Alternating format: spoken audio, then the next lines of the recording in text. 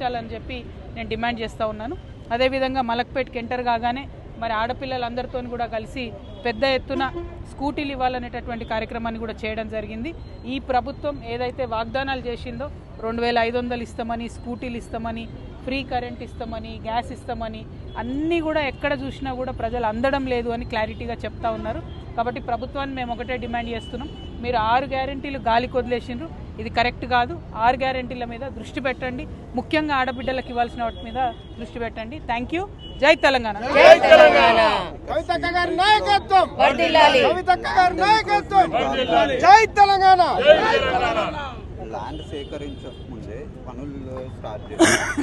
ఇప్పుడు ల్యాండ్ గురించి అనేసి ప్రజలను ఇబ్బంది. ప్రధానంగా ఇది వచ్చేసి హైవే, ఇది సాగర్ హైవేకి మనకి విజయవాడ హైవేకి అటాచ్మెంట్ ఉంది. దానివల్ల హెవీ ట్రాఫిక్ ఉంది. ఈ పనుల గురించి అనేసి గత 2 years నుండి ఇదే ప్రాబ్లం. ప్రతి చోట డిఫెన్స్ ఏరియా కూడా ఇదే రోడ్. మీరు చెప్పింది అబ్సల్యూట్లీ రైట్. ప్రతి చోట ఏమవుతుందంటే కోఆర్డినేషన్ ఉండట్లేదు. నేషనల్ హైవే వాళ్ళకి, జిహెచ్ఎంసీ వాళ్ళకి కోఆర్డినేషన్ కుదరడానికి చాలాసేపు అవుతుంది. కోఆర్డినేషన్ కుదిరిన తర్వాత ల్యాండ్ అక్విజిషన్ చేయడంలో లేట్ అవుతుంది, డిజైన్స్ మర్జ్ చేసుకోవడంలో లేట్ అవుతుంది. సో ఈ బ్రిడ్జ్ అయినా, నేను చెప్పినటువంటి ఇందాక ఏ బ్రిడ్జ్ అయినా కూడా అన్ని రకరకాల సమస్యలతో కూడి ఉన్నాయి. దానికోసం ఒక కంబైన్డ్ ఎఫర్ట్ పెట్టాలి. ఇక్కడ ఎంపీ గారు కూడా అసద్ భాయ్ ఉన్నారు, ఇక్కడ లోకల్ ఎమ్మెల్యే బలాల గారు ఉన్నారు. మరి వీళ్ళందరూ కలిసి కూర్చుంటే, నేషనల్ హైవే వాళ్ళు, జిహెచ్ఎంసీ వాళ్ళు అందరూ కోఆర్డినేషన్ చేసుకుంటే 2 రోజులలో పని ప్రారంభమయ్యే అవకాశాలు ఉంటాయి. అట్లా పని ప్రారంభించాలని ప్రజల తరఫున నిలబడి డిమాండ్ చేయడానికి ఈ జాగృతి జనం బాట కార్యక్రమం పెట్టుకున్నాము. హోప్ఫుల్లీ ఇప్పుడు ఆ కోఆర్డినేషన్ మీటింగ్కి ముందు పోతుందని చెప్పి మేము నమ్ముతా ఉన్నాము, వెళ్ళాలని కూడా కోరుకుంటున్నాం. Thank you. జై తెలంగాణ. షాపులు కావాలన్నా, కిరాణా సామాన్ కావాలన్నా, మిర్చి అయినా, ఉల్లిగడ్డ అయినా, చింతపండు అయినా చాలా పెద్ద ఎత్తున ఇక్కడ వ్యాపారం జరిగేది. ఇప్పుడు కొంత తగ్గింది. ఎక్కడికక్కడ మార్కెట్ యార్డులు రావడం ఒక కారణం అయితే, ఇంకా అనేక ట్రాన్స్పోర్టేషన్ పెరగడము ఇట్లాంటి అంశాలు కూడా ఉన్నాయి.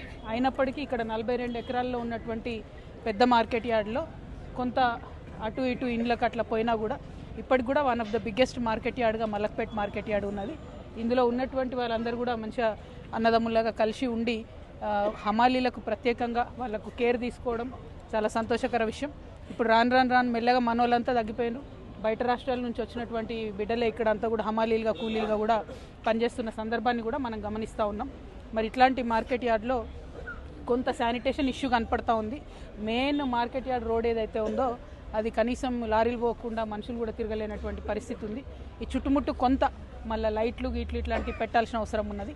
అన్నిటికన్నా ఎక్కువ డ్రైనేజ్ వ్యవస్థను త్వరితగతిన మంచి చేసుకొని జిహెచ్ఎంసీ కొంచెం ప్రత్యేక శ్రద్ధ పెట్టి ఎప్పటికప్పుడు ఎక్స్ట్రా ఇక్కడ శానిటేషన్ వర్కర్స్ని పెట్టుకుంటే సమస్య తీరుతుందని చెప్పి నేను ప్రధానంగా భావిస్తూ ఉన్నాను.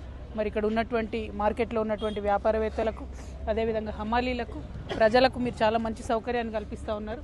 ఇది కొనసాగాలి. ఫ్యూచర్లో పెద్ద మార్కెట్ కోహెడకు పోయినా కూడా ఇక్కడ మన మార్కెట్ యాస్టీస్గా మంచిగా ఉంటుందని చెప్పి నేను మనస్ఫూర్తిగా భావిస్తూ బేసిక్ ఫెసిలిటీస్ ఏవైతే ఉన్నాయో వాటి మీద ప్రభుత్వం శ్రద్ధ పెట్టాలని డిమాండ్ చేస్తూ ఉన్నాను. Thank you. జై తెలంగాణ.